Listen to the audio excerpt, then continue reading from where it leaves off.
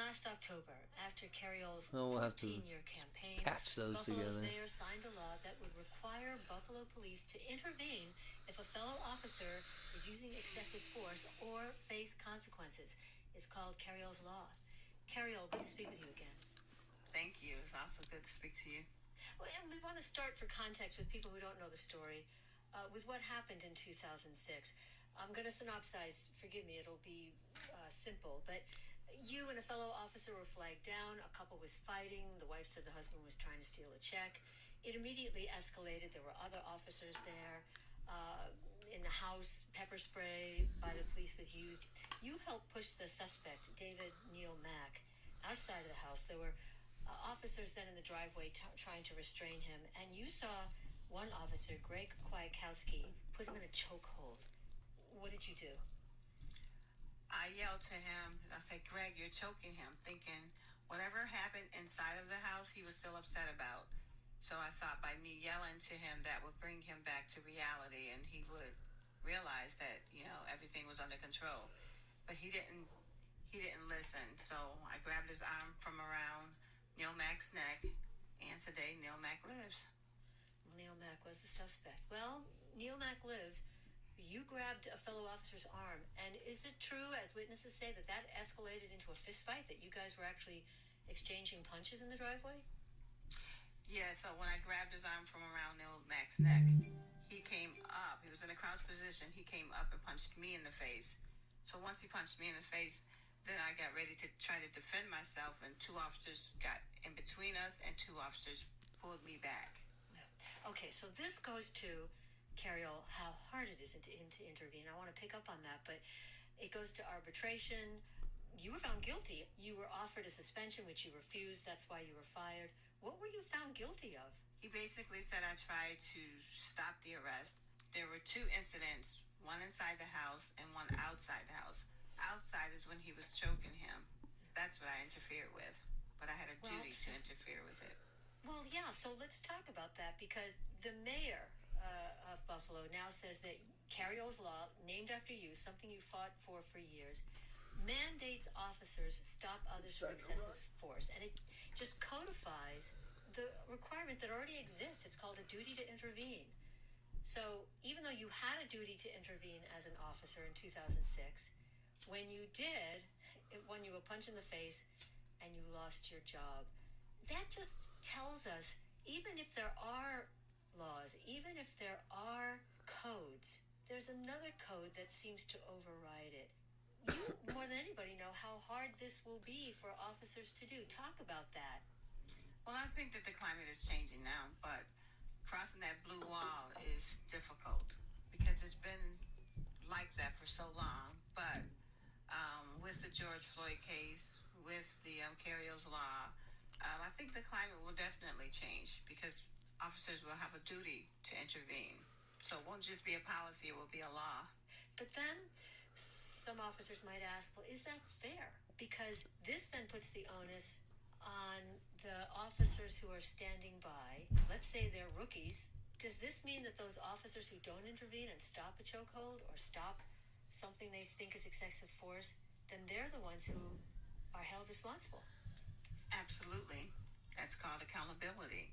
And that's covered under Carriol's Law. So you cannot stand by and watch another officer abuse or kill someone, like in the George Floyd case or the Eric Garner case. You cannot stand by and watch it happen.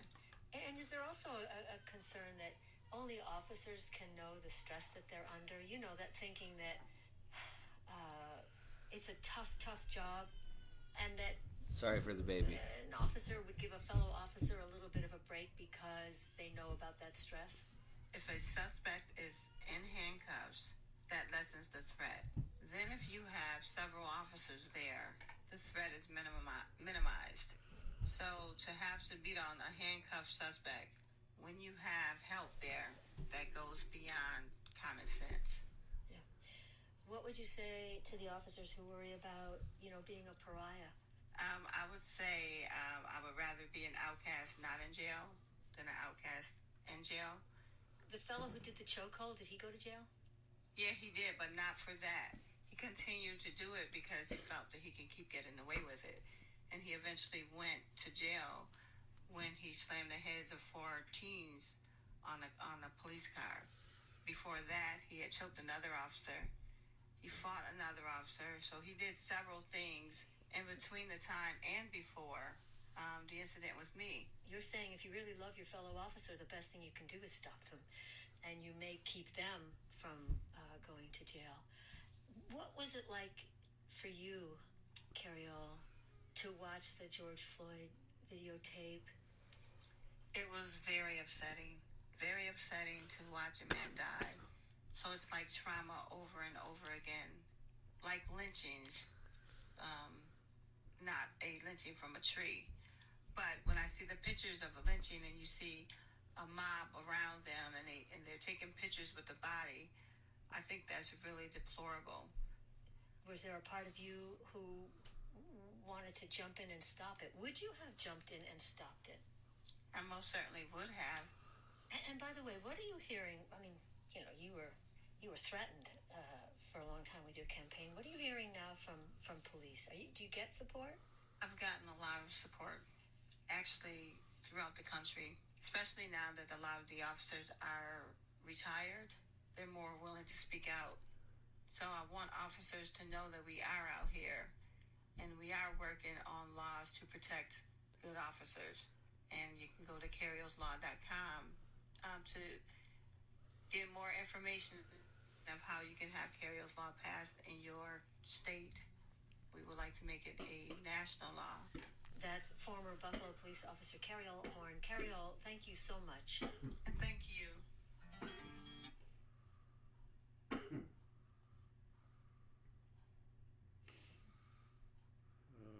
Where was that one we just did?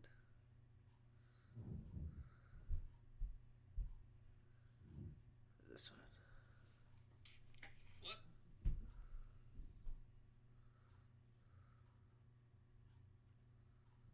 What you doing now?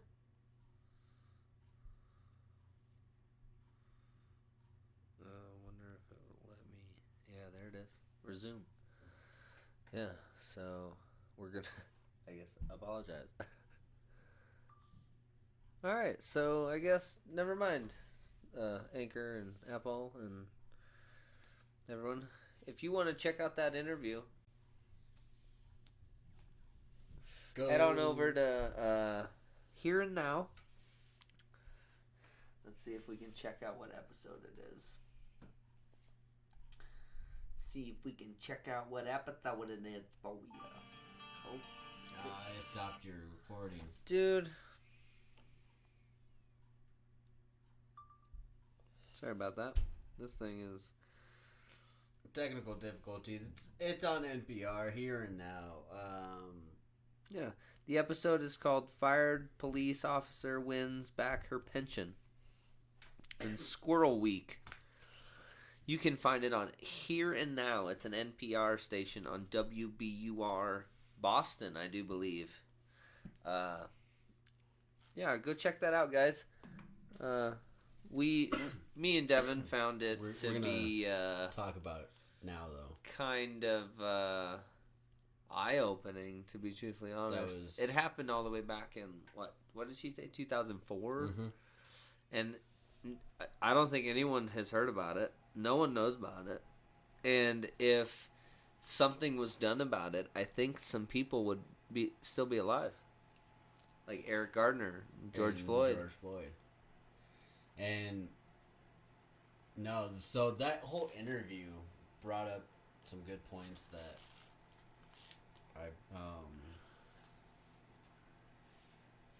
well, she said, first off, the interviewer had said that the officers had exchanged punches. Story tells otherwise. The one aggressive officer swung at, was it Caroline? Yeah, or What's her name again? Carol Horn. Carol Horn. Yeah. So the one aggressive officer swung and hit Carol.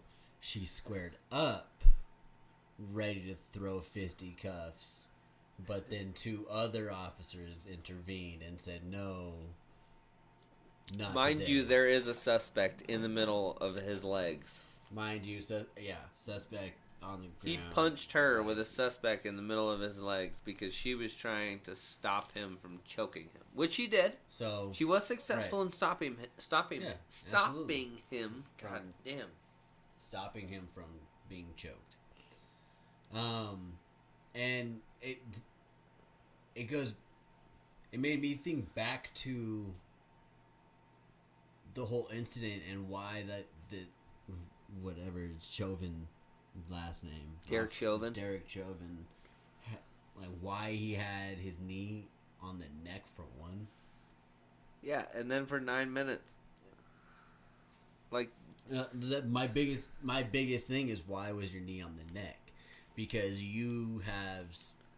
if you just adjust your body whole 90 degrees and lay like diagonally, like across the neck this way, you have control over them there.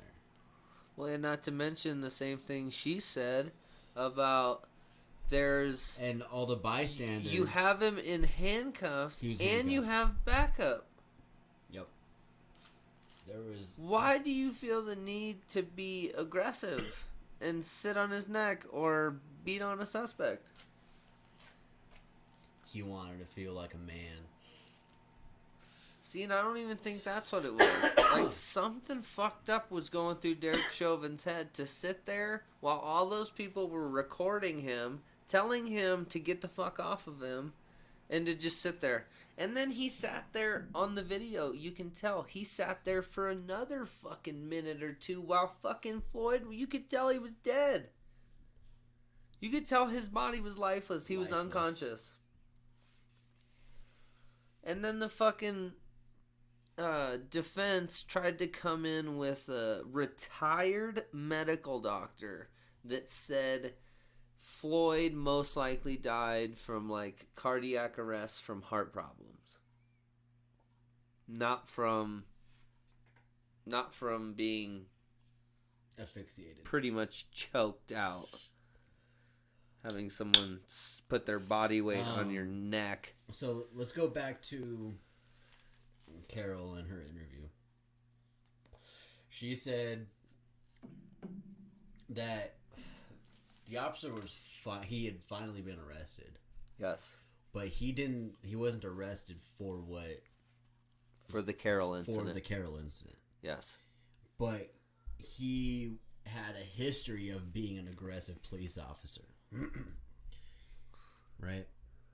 So he was able to get away with countless times of being aggressive yes, unnecessarily. yes. Then you also have Derek Chauvin, his record, Yeah. because don't forget, Derek Chauvin has a record too, people. Laundry list of complaints about the man, too. Fuck no, where is it going at this point? Oh, my note right here. Power of the police. Like, He's got notes. right there. Just Need the it. power of the police, right? You had two separate incidences. Now, Derek Chauvin, obviously, he is on trial. No. It died, my beautiful face. Oh no, My beautiful. Man. your beautiful face was on you. The preview is on you. Yeah, no, it's on you. The program's on you. But so it just makes me question the power of the police. Like I was saying, Derek Chauvin, obviously, he's on trial, and he better have everything in the book thrown at him that's possibly can be thrown at him. He better get convicted. He 100% should be convicted. He's being tried for second and third degree murder. And then there's the incident back in 2004 with Carol, right? Where he had gotten off and she was let go because she was trying to do her duty, Save someone's and life. save yeah. someone's life. Yeah.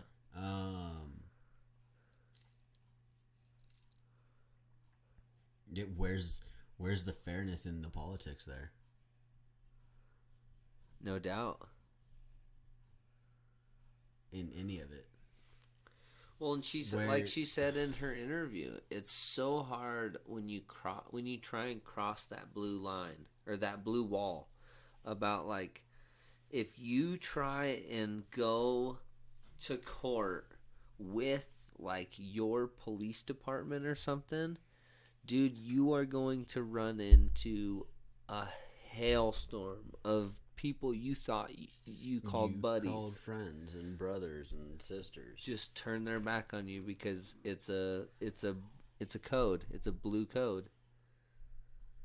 And even people like me and you that aren't even cops know that.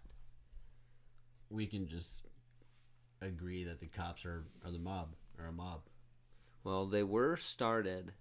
Let's go back to the history. Police officers were started and began to chase down runaway slaves.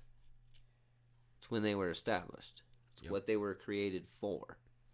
And then people wondered in the 60s why the fuck they were so racist. It's like, well, come on now. It's rooted in racism. It's rooted in going to chase down people who were slaves. Mostly black people. Sorry, African American. I don't know. It's just... It's one of those things, like they had... Like I was listening to CPR today, and they had a guy on, an African American man, who said... He started off his interview with saying, I'm afraid for my 11-year-old son growing up. And he was saying that he lives in Minnesota, and he has seen year after year after year after year legislation change, but nothing fucking change. Fucking... And then people wonder why the ghettos and the housing and the people and the families all stay the same, because they've never put no money towards trying to make the jobs in the area better. Right, but you also got to look at is it, let me see, because if it's who I think it is, it makes 100% sense. Minnesota. He was talking about how he's been part of legislation, and he's trying to get legislation changed in Minnesota to where they can build new roads and build new bridges and have work to do, and it's not work that's outsold to companies that live in fucking Wisconsin or shit. You know what I mean? Like, he was talking, like, it made so much sense. It made, like, he was saying, I have firsthand experience. I have firsthand knowledge. I have not left this neighborhood. I see it for myself. There's no jobs out here. Everything is run down. There's nothing for these teenagers to do. They have to leave. They have to drive 30, 45 minutes, even an hour to go to work, to get out of their neighborhoods, to go get a job.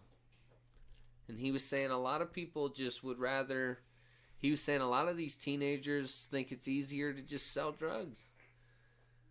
He was saying, I mean, at a point, I mean, how much does it cost for a teenager to fill their tank of gas? I mean, you're filling your tank of gas you're filling your tank of gas once or twice a week if you are driving 30 minutes to an hour to work every day. I mean, you're putting $50. You're putting your money, if you have a little Honda, little Cavalier, little Ford Escort. No, that's like a Chrysler, actually. But some kids, I mean, you get that fucking hand-me-down old Cadillac or old pickup truck or something, and it doesn't give very good gas mileage. It makes sense why the gentleman you were speaking of, how he's afraid that his son's for the life his son's grown up in, and how he's I didn't mention firsthand. this. He had also had a friend of his, one of his good friends, die at the hands of a police officer in a traffic stop. So, I mean, he's semi-traumatized, So you know. I'm gonna first say it since 1975, 1976, Minnesota's been voting Democrat. So their one Same with Illinois. same with it. So their one is gonna lie part of the issue. I'm sorry. I'm just gonna say that. The other part of the issue is we can also we can agree that I don't know the circumstance of the shooting, but any traffic stop that results in a shooting is unnecessary.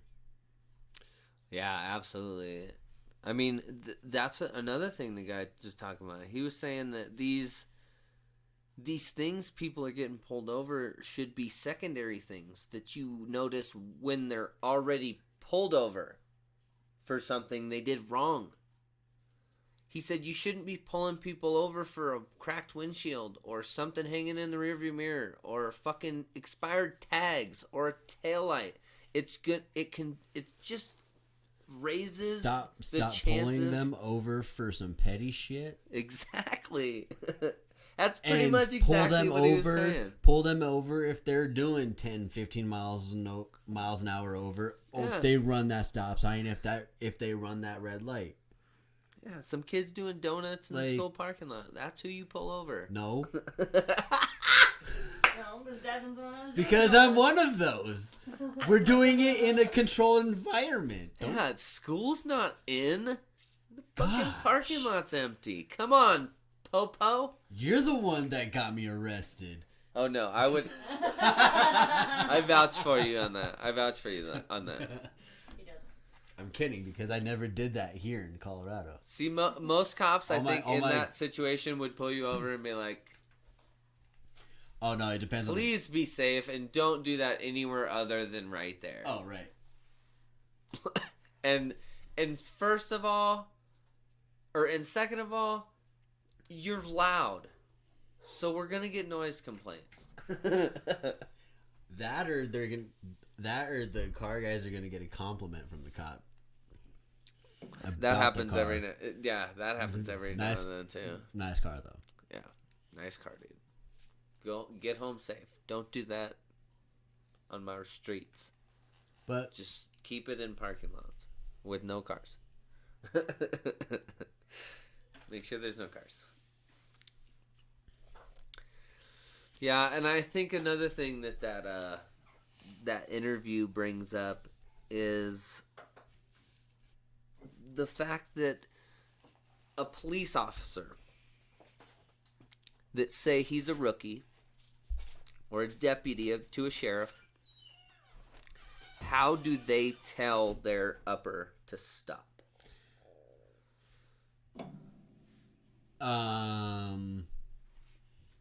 Well, if you are so we're gonna be in the instance of a rookie. If you are a rookie and if you morally feel like your superior is doing something wrong And endangering someone's life? and endangering someone's life, you first say something. If he doesn't act on you saying something, you physically intervene. Yes.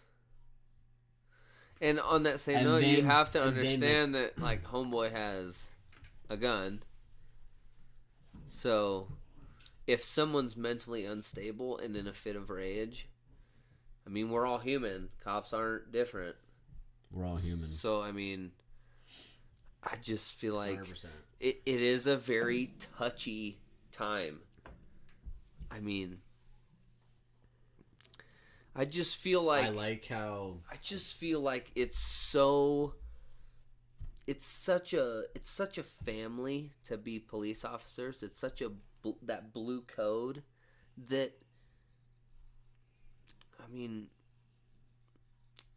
I don't know. I don't want to say that our police academies are fucked up, but I almost want to say our rookies are gonna look at that and be like, I guess that's what policing's about. We just look a lot. You just have to look at police like the military. The police are the military of the United States. But you are out there to like save lives and To protect and serve. Absolutely. Yeah, like even people breaking the law, you don't necessarily want to kill them. And a lot you only want to do that You didn't- unless you feel like you're about to be. their job is to protect and serve. Yeah, I was just saying a it. lot and of cops do protect and serve, and Absolutely, I agree with that. there are the few who are out of line, who don't get corrected. let me. So did you hear? You know who Trevor Noah is, right? Yes. Did you hear his little bit about? It's not about rotten apples anymore. It's about a rotten tree that gives out good apples every now and then.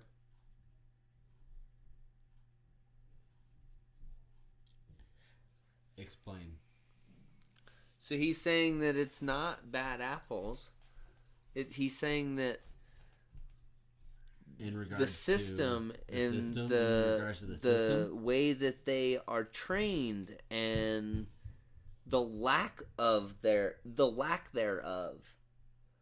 He was saying that it all stems from there. Yeah, no, we've already talked about that. There needs to be reform in the training for certain.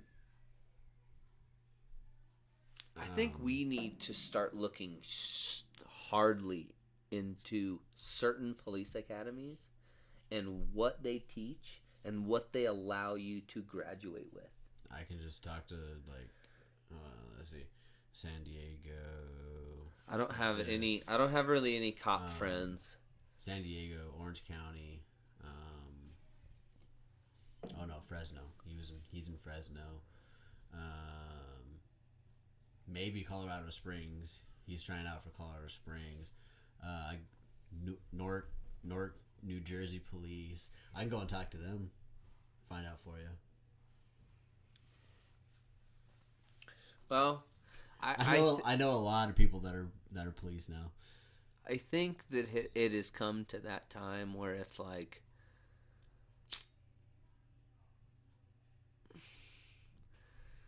the public needs a say in what is in the policing in their towns. It needs to go away from this governing kind of thing. It needs to go away from. It was never meant to be.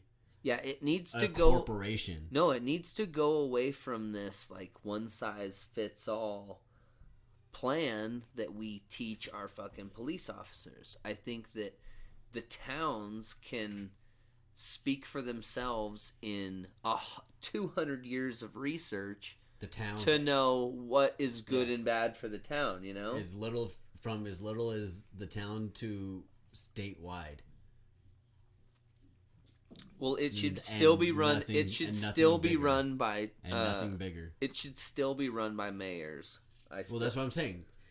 That's what I'm saying is we have nothing more than statewide, and then yes, we because that's, you know why the government doesn't want that though. No, so that's the issue is because we already are that. Okay. No, I know, but United you know why the States government is doesn't already- want that? Doesn't want what? They want a one size fits all, so they can say, well, this works in all these other places. If it doesn't work here, there's something wrong with you. There's something wrong with your system. True. Yeah. But then, I mean, you know what I mean. It's a cities control are thing. all different, but some cities get by with fairly minimal tragedy. You know what I mean? Like some cities do pretty good. The House Reps, Senate, Congress, they forget that our states and our country should be ran like a business because that's what our country is. If you Humbly, though. humbly, With because every state has its own economic structure. So every state's gonna have its own unique system. problem with that is all the And people going- that I think are capable of doing that don't have the compassion to do it. They don't have the compassion to be successful and make it No, and to not have even everyone be on board. No, they get silenced by the people with more money. They get silenced by. See, I don't they say get that. silenced. They get silenced by. I don't the say that because Donald Trump was the guy to run the fucking the country like a businessman, but he didn't have the He didn't- compassion to get everyone on board. He didn't, and he also didn't give the power to just the mayors. No, he was in it just to be an asshole. He wanted to be an asshole to everyone he could, and the times where he had the opportunity to show compassion and to gain people gain support, like, you can't tell me that he would have lost this election if he showed a little bit of compassion in certain situations. I think he showed A little bit of humility. I think he showed as much compassion as he could for being from New York. I guess. And that's just my personal experience from my time in New York. Seeing like I follow like Gary Vaynerchuk online and on social media, and he's lived his whole life in New York, and he's just not like that at all. He is super compassionate, super. I mean, Yeah, but what part of New York is he from? he grew up in the upstate. city. No, he grew up in the city. His dad had a little shopping center right in New York City. Like a vegetable market. Little hole in the wall grocery store. And then I guess when he got a little more successful, he got a little wine nook in the grocery store. And then that turned into buying the store next door and turning it into a liquor store, pretty much, and selling wine. And then that's where Gary, he got big because he turned his dad's little wine shop into mega buku epicness because he jumped on YouTube early and was one of the big YouTube guys, but all he did was wine. So when Google became a thing, like you'd search wine and stuff, So that there his also, videos would pop up. So when you're Go check out it's Gary Vaynerchuk. it's a mindset thing. Absolutely. It's a He- money thing. It's hard to be money when Yes you have and a no. family. Yes and no, but you said he's compassionate, and that Yes. means he's grateful for everything that he's worked for. Yes, gratitude is shown. Gratitude. He's often. obviously shown that. He shows it often. So he's got that mindset of gratification where you look at New York and how, like, right now Cuomo is just screwing everyone over, which Yeah, I'm starting to not like that guy. Um, Yeah, I thought he was pretty good at his job during the whole beginning of the COVID, how he handled a lot of that shit. But then now Turns the out- more of the fucking information that comes out, it's like, you're a piece of shit, dude. right? So You need to be hung from town square, dude.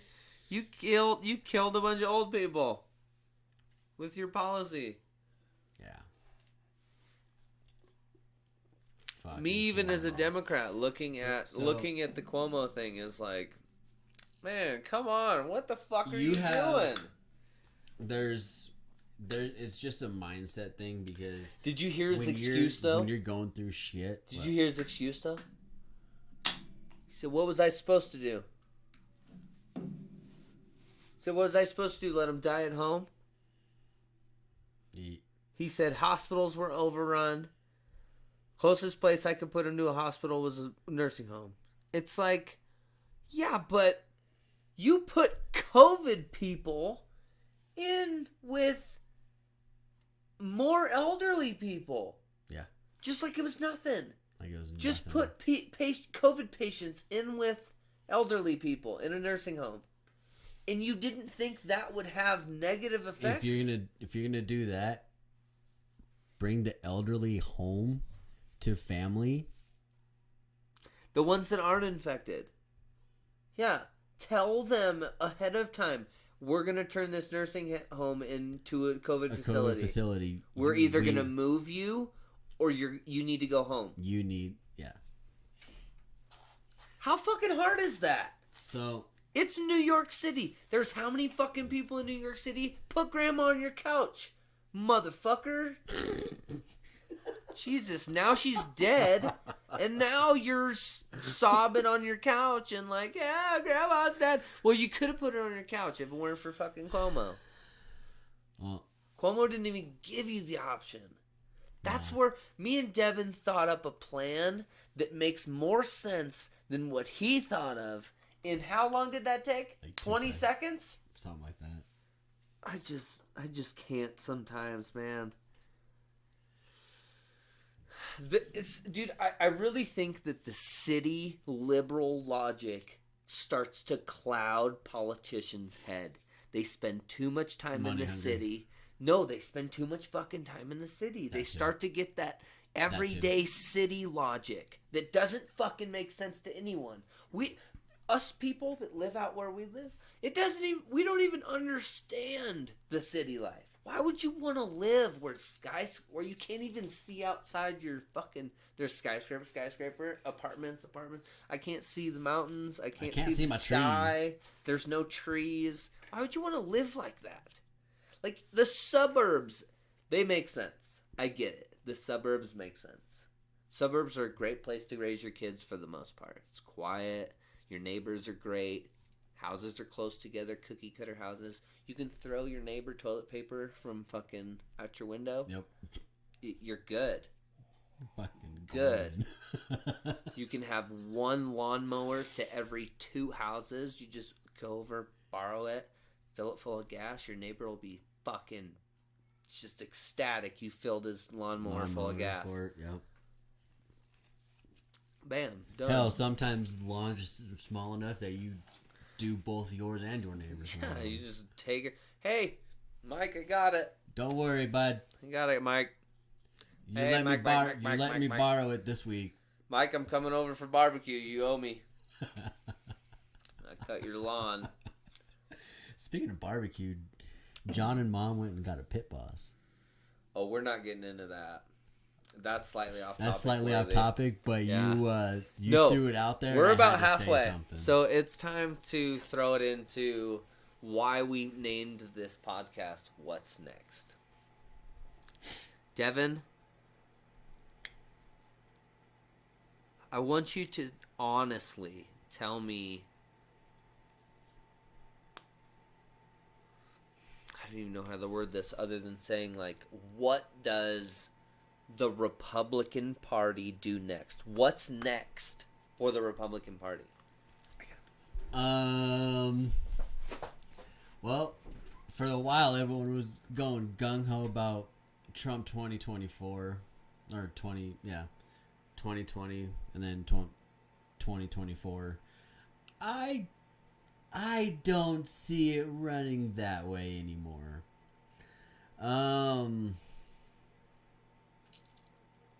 Not Donald Trump. I don't think Donald Trump Sr. will try and run anytime soon. However, because now Daddy has had time in office, I think one of his spoiled, rotten children might make a run for it. Kind of like Ivanka or Don Jr. That's a potential. However, the one that I would 100% support from the Republican side that would run would be a Candace Owen. Oh God. Candace Owens runs, yup. Black woman. You know what? Republican I would woman. too. I actually would too. Woman, you got my support. You know, all those years of me saying I fucking hate her, I have turned it around. I don't hate her because I know that she would be a great president. Mainly because I know she would take these underprivileged African American communities into consideration. One of her first considerations, actually. And she would also not be the fucking stupid, all against guns, all against fucking everything that liberals want to. I mean, as a Democrat, I just hate the way that liberals, the classification politically of liberals, I fucking hate it. It pisses me off. I can't stand the way they look at guns. I mean, even the abortion thing, they're far too aggressive about it. It's like we all understand we don't want to take away women's rights. But at the same time, abortion numbers are far too fucking high. Can't we agree on both of them? Mm-hmm. Yeah. Right? We can agree. Why is that so fucking hard? Because this show is going to become something one day. Because some other and white you guy, guys, the people that listen to this show, are going to be the ones that launch this off and tell people about us and tell other people that, guys, you got to listen to these guys. They are, I mean, at least this is what I think of Devin. I think Devin is spot the fuck on. So, you made me lose my train of thought. I appreciate that compliment. There's a reason that you and me are co-hosting shows. This show means a lot to me. Hour per both. I don't even want to go into SOTP. But yeah, dude, I think making the move over to politic podcast type thing, I think it's going to be our ticket. We just need to be more versed. I think we need to try and reach out. You guys want to hear our list of people we want to bring onto the podcast? Pete Buttigieg, David Goggins, Eric Swalwell, Ben Sass,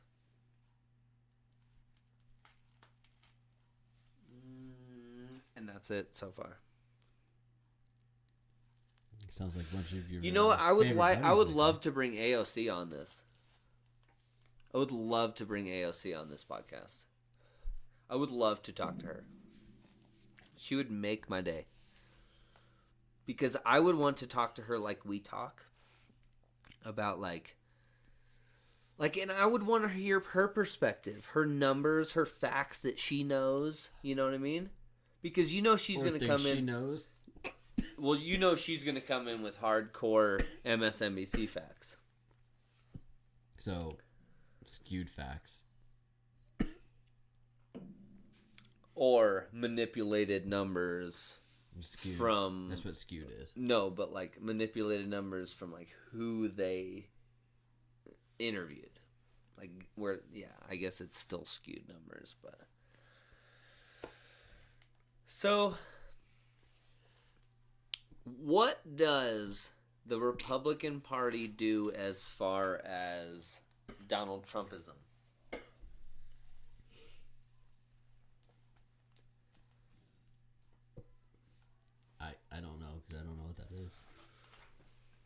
to be honest. Look at that beautiful arm.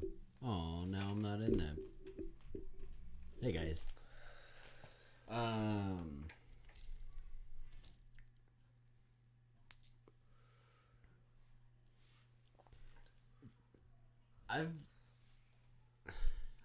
don't know. This whole Trumpism thing is very weird. You don't like it, do you? It's just weird. Like It is the current Republican Party, though. Wouldn't you say? No, not all of them. You don't think so? Well, yeah, they might have thought he was the man, but who's next? They're gonna figure something out. I think Candace Owens, you're onto something there. As much as like I said, as much as I wanted to hate it, I really think that she would take the black community into consideration. And I just... Now, at the same point, I do think that she could totally just disregard it and have the outlook of it's all about how you grow up and getting out of shitty situations. Now, if she takes that outlook, I just don't think she's gonna pay much attention to the black community. But my first instinct is that's not gonna happen. Now, as far as Mitch McConnell says that he is against the Trumpism. He is pretty much ready to start fresh, get a different candidate that more aligns with their values. Well, Trump didn't align with their values to begin with. Exactly. So it's not surprising to see Mitch McConnell say, never mind. We had 4 years of that. We tried that. It kind of worked, but it didn't really work. We still had riots in the streets. We still had and more than ever, the president's words were taken completely out of context. I think that's happened more than any other president ever. So totally miscued a lot of his outlooks. I'm also going to say, because it was Mitch McConnell that had stated that. A lot of people have jumped on board, though, with his statement. And important people like House and Senate members. But here's also the thing. Mitch McConnell himself needs to leave. Yeah, agreed. He's a piece of shit. I'm just saying if we're going to move on from Trump, we need to move on from McConnell. I'm just saying he was majority. Fuck Mitch. He was majority leader. Mitch the bitch. Of Mitch the snitch. He's actually the Grim Reaper. He's Mitch the Grim Reaper. Mitch the bitch, the snitch. With an itch. Yeah. I think you know what I think and would love to see? I would love to see the Republican Party go away from Trump, go away from Mitch McConnell, and go to a Ben Sass. From Nebraska. Nebraska? Yes. Yes. Ben Sass from Nebraska. I think he is the epitome of conservative values. And, I mean, yes, he's a white dude, but come on. The other one that I know I've said before was Crenshaw. Crenshaw did some very questionable things while he was on the Joe Rogan show. Really? Yeah, he ran Joe Rogan for a conspiracy theory loop, and I did not appreciate that. And you could tell Joe Rogan didn't believe half the shit he said, which I was like, yes, fucking question him about that. But, yeah. I have to watch that. I think during that 2 or 3 hour video, however long it was, I think I only watched like an hour and a half. But that fucking guy really showed his true colors about who he is. He's not. I mean, yes, he's a badass guy with a gun and a veteran, but he's no different than me or you. He's just on his fucking computer at home, checking shit out, going through conspiracy theories. He said some very questionable things, and you'll see what I'm saying when you watch it. It's I would love to get Dan Crenshaw on this show. I would love to get Dan on this show, and I would love for him to make me eat those words I just said. But at the same time, Wow. And it's been recorded. but at the same time, Just kidding. It's not going to happen.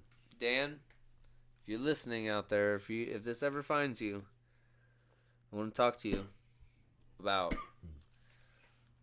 the fact that you have such an inside thing. You should know some of these conspiracy theories for fact, and I want to hear about them. Because some of the ones you touted off at Joe Rogan sounded complete bullshit. And even Joe Rogan had the Like what? Had the puppy dog face. What what was the biggest one that he touted off? This is off topic. Yeah, that's making me go down another hole I wasn't even thinking of right now. But he did go through the Second Amendment thing, and Joe Rogan was pretty agreeable on all that until he started going into some of the things like, I just think Dan Crenshaw, he tried to sugarcoat it a little more than it needed. Like after everything he would say, he would go into exaggerations. Like when they talked about the gun thing, he literally said, after they take our guns, they're gonna go after our knives, our cars, our painting a picture. yeah. He was trying to paint a picture. Oh yeah, exaggeration. But he does it after everything he says. So I kind of noticed a pattern. And then he talked about COVID and went through fucking every conspiracy in the world about how they have microchips, or at least what they meant by the microchips. And it was funny. Joe Rogan was like, "Right, how does that work again?" Like he was just completely like overwhelmed with information. He didn't know how to take it all. Are you dumb? I never heard that. You want to tell me about it?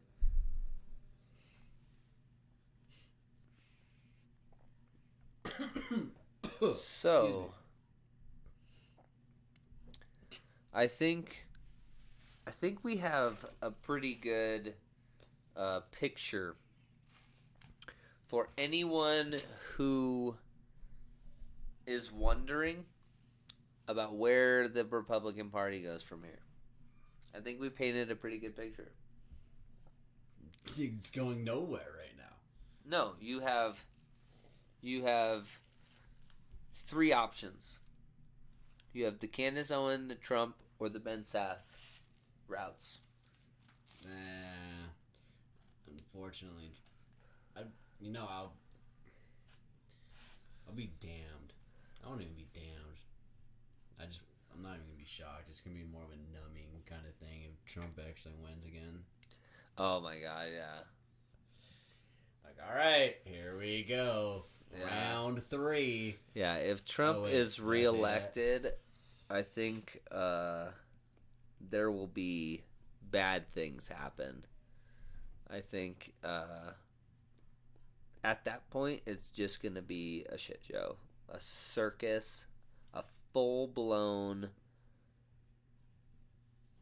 fucking, what's the big Circus Olay? It's gonna be the Circus Olay of buttholes. That's what's gonna happen. It's gonna be the fucking the Ripley's Believe It or Anus, something like that. But I do think Candace Owens is probably our closest bet. What do you think? You think she runs 2024? No. I may be behind that. She needs to say a couple things for me to be completely on board, though.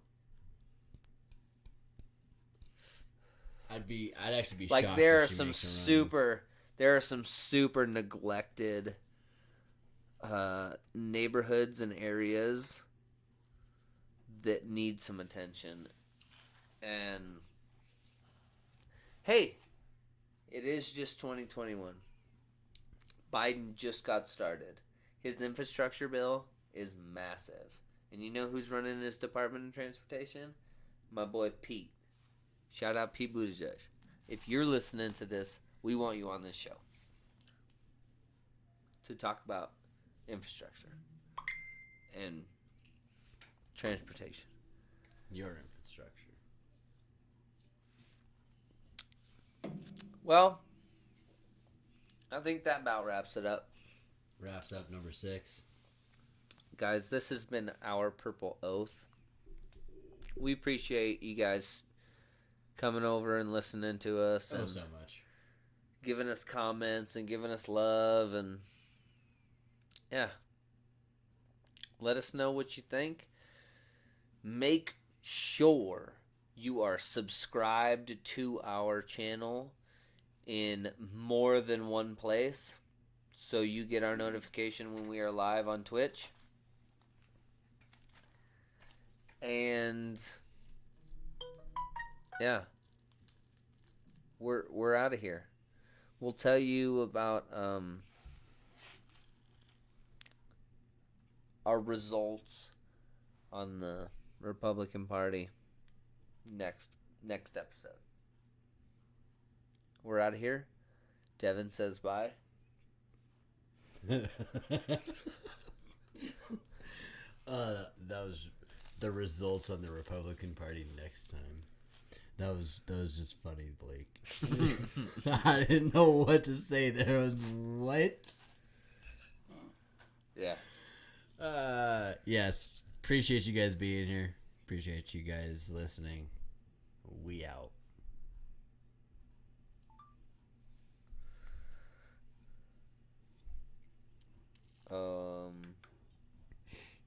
There it is.